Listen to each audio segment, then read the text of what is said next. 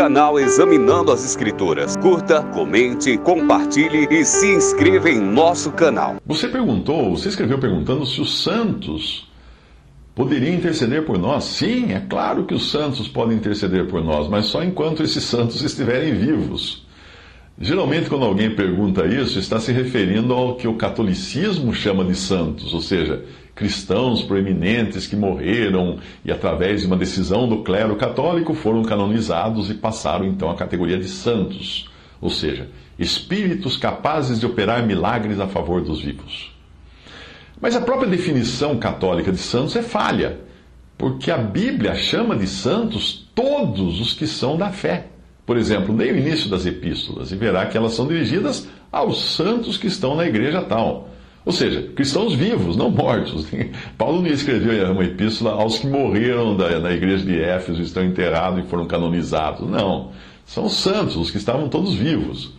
Falando especificamente da sua dúvida, não encontro na Bíblia algum tipo de intercessão dos santos, no sentido desses santos católicos que morreram. Isso é, intercessão dos mortos pelos vivos, a pedido dos vivos. Pessoas que rezam para um santo interceder por eles. Não existe isso na Bíblia.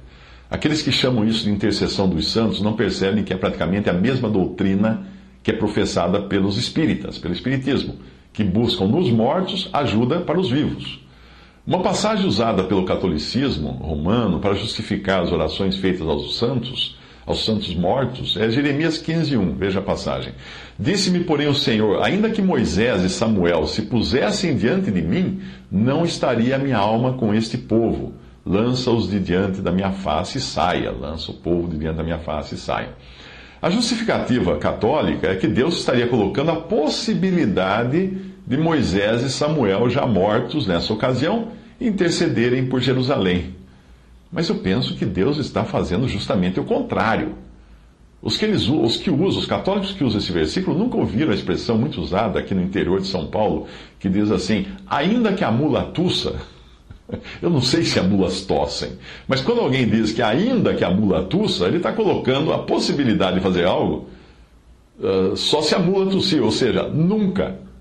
Ele está dizendo que algo não vai acontecer de maneira nenhuma, sem chance. É isso, é essa a expressão. Essa expressão lá do livro também, do versículo de Jeremias 15:1. Sem chance. Ainda que estiver Moisés e Samuel, sem chance. Deus está falando isso. É isso, essa. Uma passagem semelhante é usada pelos pentecostais para justificar a ideia de que Paulo seria capaz de falar a língua dos anjos. Eles acabam usando não no raciocínio católico, só que para outro assunto. E eles não percebem que mesmo os anjos falavam língua dos anjos, quando falavam língua não de anjos, mas língua de gente, de pessoas, de seres humanos, quando eles se comunicavam com seres humanos. Eles não falavam língua dos anjos. 1 Coríntios 13:1. Ainda que eu falasse as línguas dos anjos, as línguas dos homens e dos anjos, Paulo está falando, e não tivesse amor, seria como um metal que soa ou o sino que tine. Claro que o que Paulo está querendo dizer é o seguinte: ainda que eu conseguisse falar a língua dos anjos, o que ele não falava, porque nenhum anjo falava a língua de anjo quando se comunicava com os homens, mas só a língua de homens. Outra passagem usada pelos católicos está em 2 Macabeus, que é um livro apócrifo, não faz parte do Antigo Testamento, nem das Bíblias protestantes e nem do Torá judaico, dos livros judaicos, da Bíblia judaica, que só tem o Antigo Testamento. 2 Macabeus 15, de 12 a 15. Nem os judeus usam esse livro. Portanto, não há nem o que comentar. Macabeus são dois livros interessantes do ponto de vista histórico ou cultural, mas enquadram-se na mesma categoria das inserções apócrifas que foram feitas no livro de Daniel, e você encontra nas versões católicas da Bíblia. Partes que foram inseridas ali. E agora veja se você consegue acreditar nessa passagem apócrifa de Daniel que está na Bíblia católica. Porque essa passagem daria um bom tema para o próximo filme do Indiana Jones, alguma coisa do tipo Em Busca do Esqueleto do Dragão. Veja a passagem, Daniel 14, 23 a 27. Você não vai encontrar isso na versão de João Ferreira de Almeida, só nas traduções católicas. Havia um grande dragão adorado pelos babilônios. O rei disse a Daniel: não vás me dizer agora que este não seja um Deus vivo, pois então adore-o também, Daniel, Adore-o também. Daniel respondeu: só adoro o Senhor meu Deus, porque Ele é o Deus vivo. Se tu, ó rei, me deres licença, eu mato esse dragão sem espada e sem porrete. Pois dou licença, respondeu o rei. Daniel pegou piche, sebo e crinas de cavalo, cozinhou tudo, fez com aquilo uns bolos que jogou na boca do dragão. O dragão engoliu tudo aquilo e se arrebentou. Daniel disse então: assim podeis ver o que estáveis cultuando. Mas nem nos filmes de Harry Potter ou coisas assim a gente vê alguém destruir o dragão com essas bolas. Outra passagem usada para tentar comprovar a intercessão dos santos na Igreja Católica é a do rico e Lázaro, em Lucas 16, 19 a 31. Ali o rico, que está sofrendo no Hades, intercede junto a Abraão para que envie Lázaro para avisar seus irmãos que ainda estão vivos antes que morram e sejam mandados para o sofrimento do Hades. Existe um problema com a tentativa de justificar a intercessão dos santos, e esse problema é que de santo, o rico não tinha nada. E, obviamente, a sua intercessão não é atendida. Claro que não. Muito pelo contrário, em Lucas 16, 31 diz: porém, Abraão lhe disse: se não ouvem a Moisés e aos profetas, tampouco acreditarão, ainda que algum dos mortos ressuscite. Ou seja, a intercessão do rico de nada valeu. Outra passagem utilizada é Apocalipse 5,8. E havendo tomado o livro, os 4 animais e os 24 anciãos prostraram-se diante do Cordeiro, tendo todos eles harpas e salvas de ouro, cheias de incenso, que são as orações dos santos. Mas tudo indica que essas orações dos santos sejam os clamores dos próprios mártires que serão mortos na grande tribulação, como parece ser também o caso em Apocalipse 6. Apocalipse 6, de 9 a 10. E havendo aberto o 5º selo, vi debaixo do altar as almas dos que foram mortos por amor da palavra de Deus e por amor do testemunho que deram, e clamavam com grande voz, dizendo: até quando, ó verdadeiro e santo dominador, não julgas e vingas o nosso sangue dos que habitam sobre a terra?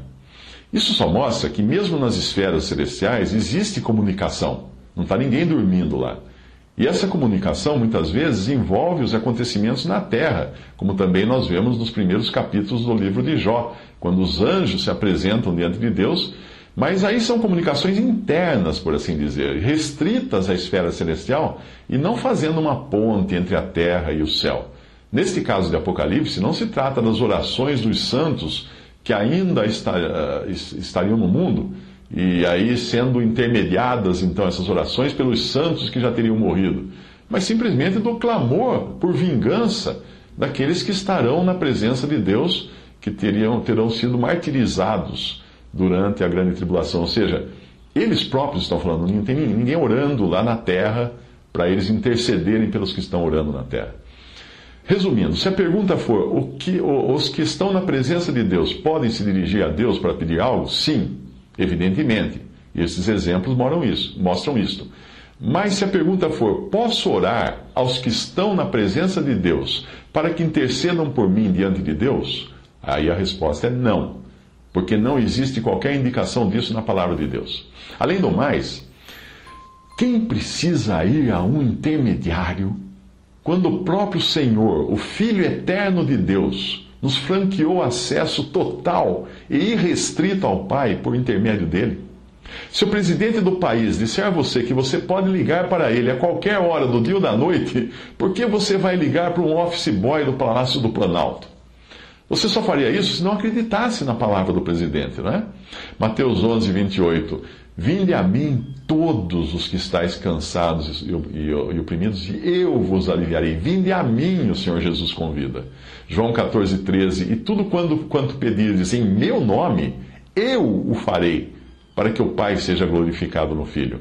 João 15, 16. Não me escolhestes vós a mim, mas eu vos escolhi a vós e vos nomeei para que vades e deis frutos, e o vosso fruto permaneça, a fim de que tudo quanto em meu nome pedirdes ao Pai, Ele vô-lo conceda.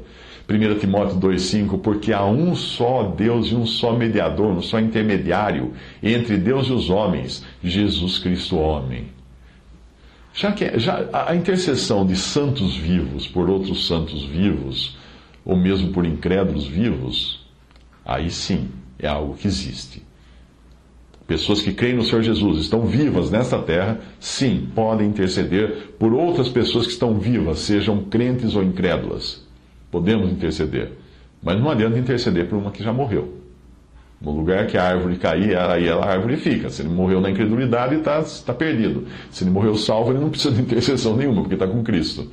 A Bíblia está cheia de exemplos de intercessão de santos por pessoas vivas, santos vivos por pessoas vivas. Nós também vemos exemplos de cristãos pedindo que outros intercedam por eles diante do Pai. 2 Tessalonicenses 3:1, no demais, irmãos, rogai por nós, Paulo está escrevendo, para que a palavra do Senhor tenha livre curso e seja glorificada, como também o é entre vós. Tiago 5,16, confessai as vossas culpas uns aos outros e orai uns pelos outros, para que sareis. A oração feita por um justo pode muito em seus efeitos. Atos 12,5, Pedro, pois, era guardado na prisão, mas a igreja fazia contínua oração por ele a Deus. Nós devemos, portanto, interceder a Deus pelos vivos, mas jamais pelos mortos. Os que morreram na fé estão 100% salvos e não necessitam de orações. Os que morreram sem crer tiveram a sua oportunidade de serem salvos e a rejeitaram. Rejeitaram a Cristo e selaram o seu destino. Não existem orações que faça mudar de lugar uma pessoa que já morreu incrédula. E nem ele iria querer isso. O incrédulo não ia querer mudar de lugar. Você já reparou que o rico no Hades, ele pede para Abraão enviar Lázaro lá, mas em nenhum momento ele pede para sair dali.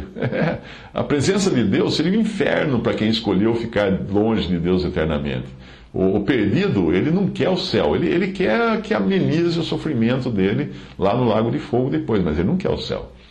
Para reforçar o fato de jamais orarmos aos mortos para intercederem por nós, junto a Deus, eu deixo este versículo para você meditar. Isaías 8,19. Quando, pois, vos disserem, consultai os que têm espíritos familiares e os adivinhos que chiureiam e murmuram, porventura não consultará o povo a seu Deus? A favor dos vivos consultar-se-á aos mortos?